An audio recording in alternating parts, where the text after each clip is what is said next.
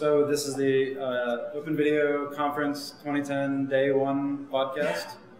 My name is Chris Millay, and I'm Ryan Wetzel. I'm Matt Frank. Hannah Isko. Justin Miller.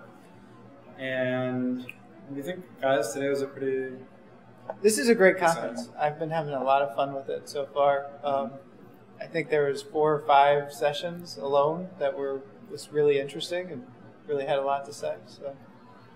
So I guess one of the first ones that we saw today was about copyright wars. And I think probably the most significant thing about the timing of this particular discussion is that it's just been a couple months since recent legislation about changing how fair use works a little bit and allowing people to rip DVDs and kind of redefining what you can do under fair use a little bit. Yeah, so last year I came to this conference with Chris, and that was the big push, was that we need to really focus on, and it was kind of interesting from our perspective, because we had kind of approached with the media commons the first year looking at it is, what do we have to tell students so that they don't break the law? And I think one of the inspirational things we took away from this conference last time was, instead of telling kids what they can't do, we should really focus on telling them what they can do. And this year that's expanded even more, because through the legislation that makes it legal to rip DVDs for educational purposes, there's a lot more things that we can tell them they can do. And so a big push at the first session that we went to really is just focusing on that fight more, just pushing the boundaries, fighting when YouTube takes your video down, saying, no, this is an actual fair use, assuming that it is. And really, instead of just taking what they say and cowering, to really push back. The biggest thing I took away from that was that from the recent victories, everybody's emboldened to go further, push further, and find additional rights. So one of the panelists, who was from Google, and we brought this because we want to get their names We right. want to get their names right. One of the guys was from Google, but he actually, interestingly, came from EFF, right? Mm-hmm. And he was a copyright lawyer that was now working for Google. And one of the This is women, Fred von Lohman. Fred von Lohman, and there was also Pat, and I can never pronounce her last name, Ofterhide from the Center for Social Media was there, and some other people in the audience were questioning a guy from Google about YouTube, and it's what's that system called where that captures copyright? Content ID. Yeah, Content ID. It was really pressing him a lot on the draconian measures that thing takes, and he indicated that Google was going to try to make that a little bit less draconian and a little bit more intelligent. Right. But then at the same time, they have to take copyright holders at their word that they've actually watched this content. When they give them a takedown notice, they have to take them at their word that they've actually reviewed it, because that's part of the onus on the copyright holders, but who knows if they're actually doing that. Right. You can't prove it either way. Yeah. Right. And Viacom has that whole lawsuit where they had 10,000 videos that they identified as being copyright. There's 100,000. So 100,000. And they claim that they watched every one and verified it, which is obviously not the case and impossible. Yeah. But so there's some shady things going on. Yes. Yeah. I was kind of inspired by how passionate they all were about the cause. It was overall positive, right? Yeah, absolutely. And it's like, I felt like we were in a rally and protest like in the 60s. Good time. Well, but my complaint about this conference last year when I went is I thought that there was too much of an emphasis on sort of like piracy, yay! Yeah. And this year they really toned that down a lot, and they brought it more into, it's legal what we're doing. This isn't piracy. Let's focus on the legal stuff that we're doing and making sure that's okay. And I really thought that, I think it was the guy from Google who said that the Buffy versus Edward video is much more powerful as an example of putting this thing out there and everyone looks at it and says, well, obviously that must be legal. There's no way that you could say that that is illegal to do. And that's a much more powerful, you could argue about copyright for hours and hours, but just showing that remix to a normal person and saying, is this legal or illegal? Right. Everybody's going to say it's Yeah, legal. that was a message. Continue to put out good remixes, Yeah. and this will progressively become less of an issue. I think that really kind of comes from the recent legislation. I think that like they have something to stand on. They can now say this is legal, whatever. Like they have more grounds to sort of fight for the legality of what's happening because they've already won this war. Whereas prior to that, they sort of were still coming from a pirate. Yeah. And I think it really falls to us going back, taking this back to media commons to make sure we're educating students on just what their rights are and encouraging them. Right. And that's been a theme in a couple of different sessions, is how to educate the people that are creating the content, including students and other people, to what they're allowed to do. Because if they don't know what they can do and what they can't do, they're gonna break copyright in ways that are not legitimate. Or err on the side of caution and not do anything at all. They're not going to take advantage of the freedoms that they do have that are accorded to them by the law. So, but overall positive message. We can get quagmired into the copyright discussion we often do, but overall pretty positive. I think some things that we can take back to our students. Next thing that a couple of us went to was the HTML5 video streaming, which I think we can talk about HTML5 kind of generally as sort of a new standard that's coming out that makes video embedding a lot easier. It's also largely based around open formats. One of them, and again, this conference is perfectly timed because Google has recently released the WebM format and the VP8 codec and all that stuff that's open formats, and that's one of the 3 format video codecs that's built into what HTML5 supporting browsers have to support. So basically the idea is you just use a video tag and include video, and it's all based around open standards. So it's a topic of conversation here. Well, and that's one thing that's been really interesting, because last year HTML5 was basically in the what's new section. It was, in the opening keynote of this, and then a year later there's an entire HTML5 track. And that whole technology has gone amazingly far. I think, the mobile browsers, mobile devices have a lot to do with that, and it's insane how far that's come in 1 year. I think the biggest holdup we even heard today is just Microsoft. Yeah. If Microsoft were to adopt it as a standard, That's surprising. Well, that'll be interesting to see what happens with Windows Phone 7 when that comes out in a few weeks. Because obviously it's not going to support Flash, so it's going to have to support HTML5. It might be what pushes them over the edge. Yeah, if their mobile browser is more technologically advanced than their desktop browser, that's going to put Microsoft in a really interesting situation. Is it going to use? It's going to use Silverlight. It's going to use Windows Media, and whoever supports that, and they're going to fall behind. They're already falling behind. Let's be honest. Yeah. So this session was about this HTML5 live streaming technology, and Ryan's going to explain the technical aspects of this technology to us. So you got your muxer, right? And then if you put your muxer on your second box, and then it was really complicated. The dude was super smart, and it was actually really fascinating session. Open Office crashed. Yeah, his Open Office crashed a few times. And he was, Iron Man. You needed to hack it. Yeah, he was totally hacking. One thing, if we could go back, since we're kind of going chronologically throughout the day, right off the bat, during the opening presentation from the people at Firefox, the thing that really impressed me was they did a demo of what they're calling Popcorn.js, which is a way to embed meta tags into a video file to display different content. So if you had a video file appear on a web page, all around it, when it got to a certain point in the video, it would show the Wikipedia page for that person, and then it would show and that's links. That's an example of what, HTML5 isn't just a new technology and it's just geeks get excited about. It actually enables some really interesting things because video becomes part of the HTML that's on the page instead of your video being encapsulated in some proprietary player that the page itself, the context, can't access. Well, and video's always been video's always been a problem because it's not searchable. Like if I search on Google for text, I can get to a specific place in a web page and get to that. But if I search for a line that was in a video, it's impossible to find. Right. And so with HTML5, it opens up whole new realms for transcripting too, to where the entire script of the video can be in there and searchable. Even transmedia storytelling is going to open up opportunities to bring in different web pages that have to do with whatever part of that story you're coming to. Yeah. Search for Popcorn.js. See if there are any videos on there you can see. It's really cool. It finally integrates video with the internet. This car in a video, then the car page is going to show up. That will be the first thing. Everybody will use it for ads right off the bat. So opportunities for HTML5 and some of the things we're talking about for students, future consultations.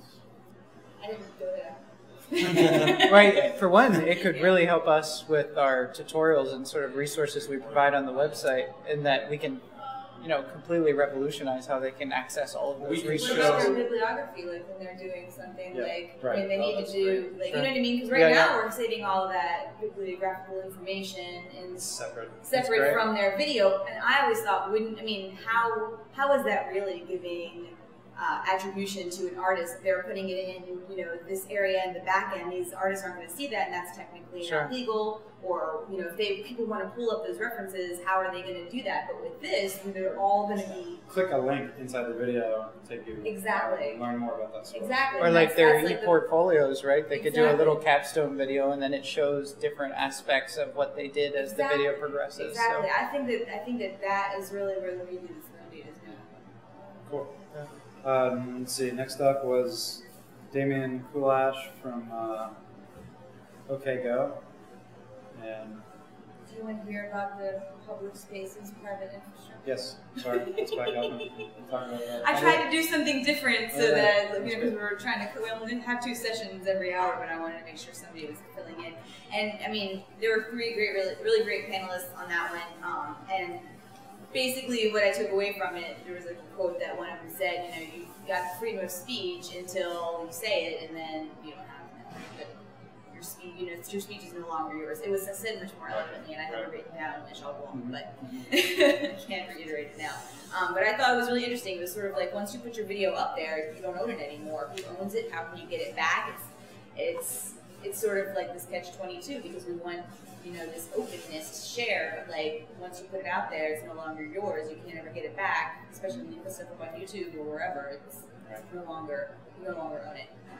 So there was a lot of discussion about the fairness of that and what to do with that and how we can get around that. It has lots of implications, obviously. Education, we're trying to push faculty and students to publish openly, and they are concerned about that sort of thing. The losing control over their content by putting it out in the open. I have that kind of conversation with faculty all the time about, the stuff that they've published in books they would like to make available to students, but they don't want it to be available everywhere. Because you don't have the right to even take it down, really. I mean, even if you stick something up on Facebook, even if you delete it, they own it. Like everything's theirs. Google cached anyway. Yeah, so you can't get it back. That's interesting stuff. On the lighter side of things, Damien Kulash from OK Go, who is one of the guys that's done everybody's familiar with the treadmill video and the marching band video and dog video. Yeah, cool stuff. Well, that's what's so interesting about this conference, is it does such a good job of combining really informative panels with really interesting and entertaining panels from people in the industry who are actually doing this. Yes, actually applying. OK Go is at the front of web video, open video, and making that as a business model for their band and a revenue stream. And so to combine that with sort of the more intellectual and academic side of it is a perfect balance of the conference. Yeah, so the relevance to this conference of that presentation, I guess, was in these videos that he produced. And this kind of, he talked a little bit about his relationship, the band's relationship with EMI, their former label, their label. That I guess they had done a video just as for a little bit of fun, dancing in their backyard, kind of synchronized dancing in their backyard. And EMI basically said, if you release this, you're basically saying like, this is just garbage and it's going to ruin your image. This is not a really good way to promote yourself. They released it anyway. And I think that kind of conflict that they had between their producer, I mean, that video got popular. Very, very popular. I think they said they had 100,000 views in the first day or something. That was on iFilm, and that's pre-YouTube days, too. Yeah. So that's pretty amazing. And record companies now. Well, and it was kind of funny because then they did the treadmill one, and EMI kind of turned around and said, actually framed it as that it was their idea, and because they were, trying to position themselves as taking advantage of this viral video of kind of open, whatever, organic kind of marketing strategies, grassroots stuff.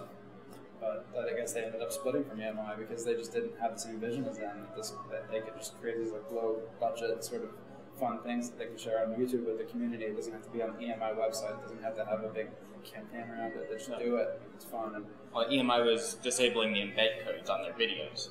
And so I think he said that was the last straw. And what was interesting was he said that was really hurting their views, too. Yeah. Nobody was finding the videos anymore because nobody was able to share it. So such a huge part of YouTube videos being successful is being able to spread them everywhere. And I think that also leads to remixes. They talked about how thousands of people redoing the dance, like learning the dances and redoing these videos, which is kind of crazy.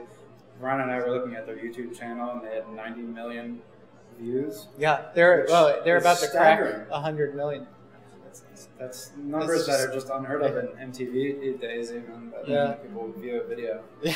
So just people, any other comments on what they go? He also swore more than any other panel I've ever been to, which was pretty exciting. This is a very non-academic. This is the first conference I've been to where PowerPoint, the slides up on screen have first ones in them.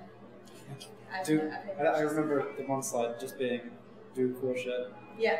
That's kind of been the motto of the whole conference. Do It's cool shit, is Yeah.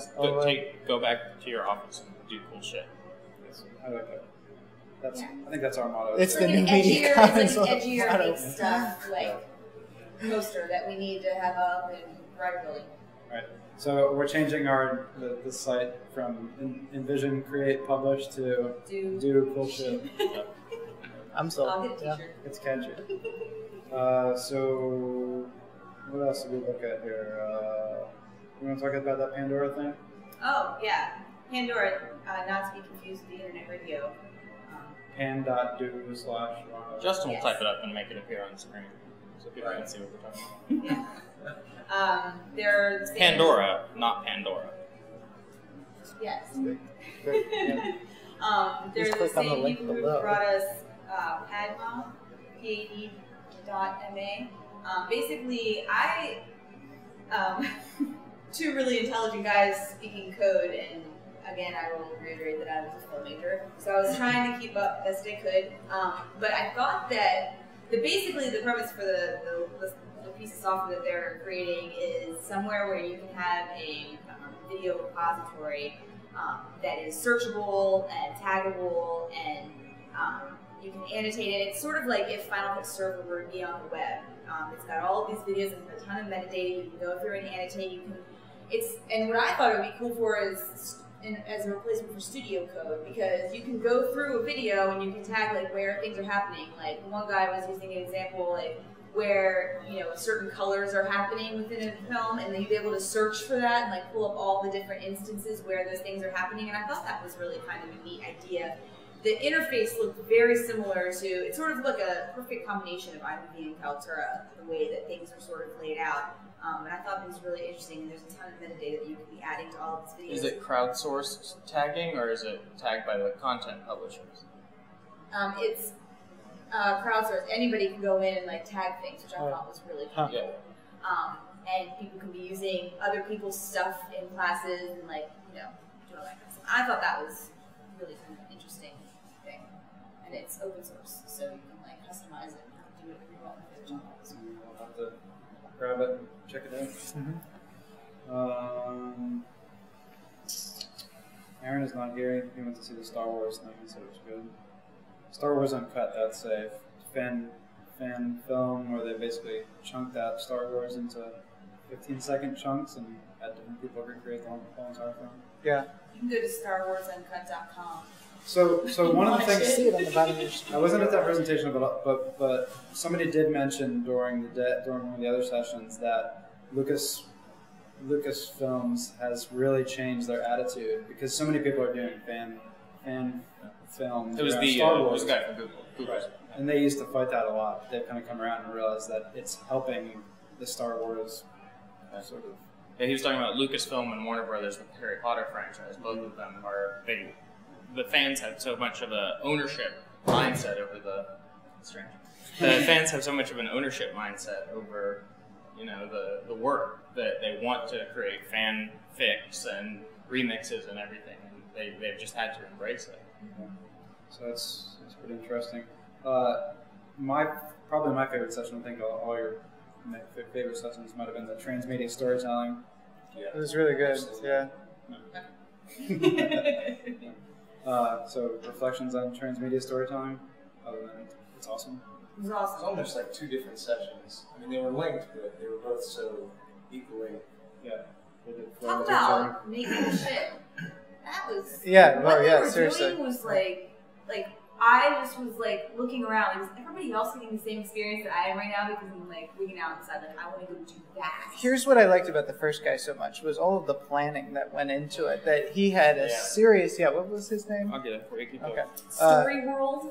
Yeah, and that he just planned this whole thing instead of writing the 3-act structure. Right, he went through and would basically write like a character Bible and a world Bible and that kind of stuff. Almost like a television Bible, but for His name is every platform. Lance Wheeler, and he's the founder of the Workbook Project. Are you sure that's not? Which is kind of different from Why? traditional. Might be Wheeler. Wheeler. The traditional way you would make a film is you would start with a script, like an outline or a treatment. Right. But instead he went the route of creating a Bible, knowing, I think, that he was going to go. And then deciding which parts belonged in which mediums. Yeah, and then, so just to be clear about transmedia, so we can have a definition of it, it's a single narrative or a single experience that crosses over multiple formats, which might have a game that's associated with it, a book or a comic, web videos, some serialized kind of content, podcasts, real life, yeah, augmented reality. Yeah. Like there were things I was feverishly writing things down. Like, oh, these are awesome ideas for the Transmedia workshop. Like all these different ways he affected people. Oh my God.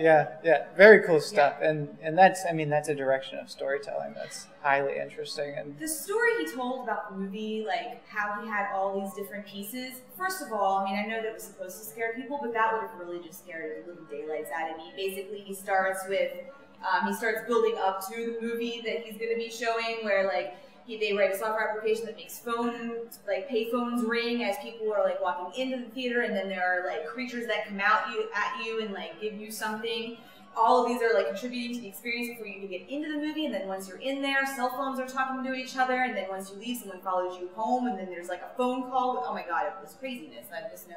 It was like what we had talked about for the tailgate on the day before the pre-conference workshop thing, but like to the blown up. Yeah, nth degree. It was pretty insane, awesome. But something to aspire to, for sure. Yeah. The other guy in the session is the producer on Waking Life and Scanner Darkly, Tommy Pilata.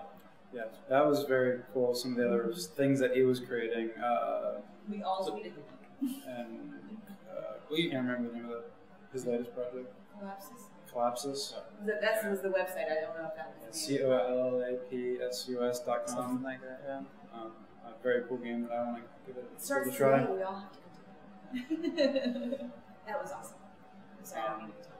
And I mean, that was some pretty highly produced stuff.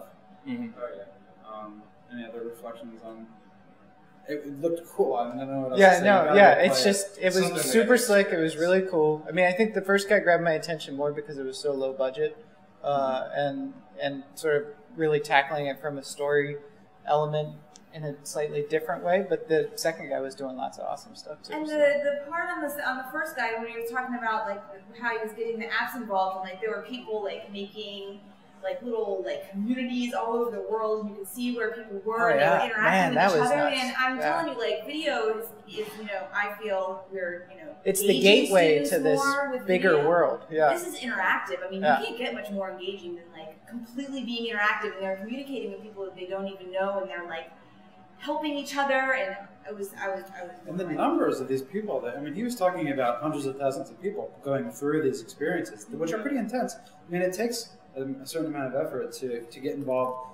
The stats that he was talking about, when they beta tested the collapses, it was like 20 hours a week that they were putting into going through the experience. And he said there was only 12 minutes of video. Yeah. 12 minutes of video, and they got 20 hours of experience out of it. And had like 30,000 people participate or something like that. Yeah. Really. What I really liked about that guy was he was talking about Scanner Darkly and how the studios were holding them back on a major release, and then he basically had to go this route of including the audience and creating comics and all these other elements in order to drum up enough support for the studios to say, oh, okay, yeah, we should probably release this as something more than just an art film. And then he gave everybody like the highest quality copies of this stuff, so that audience or like anybody who was watching it could be remixing trailers for this movie. I was like, that's amazing idea. It was great.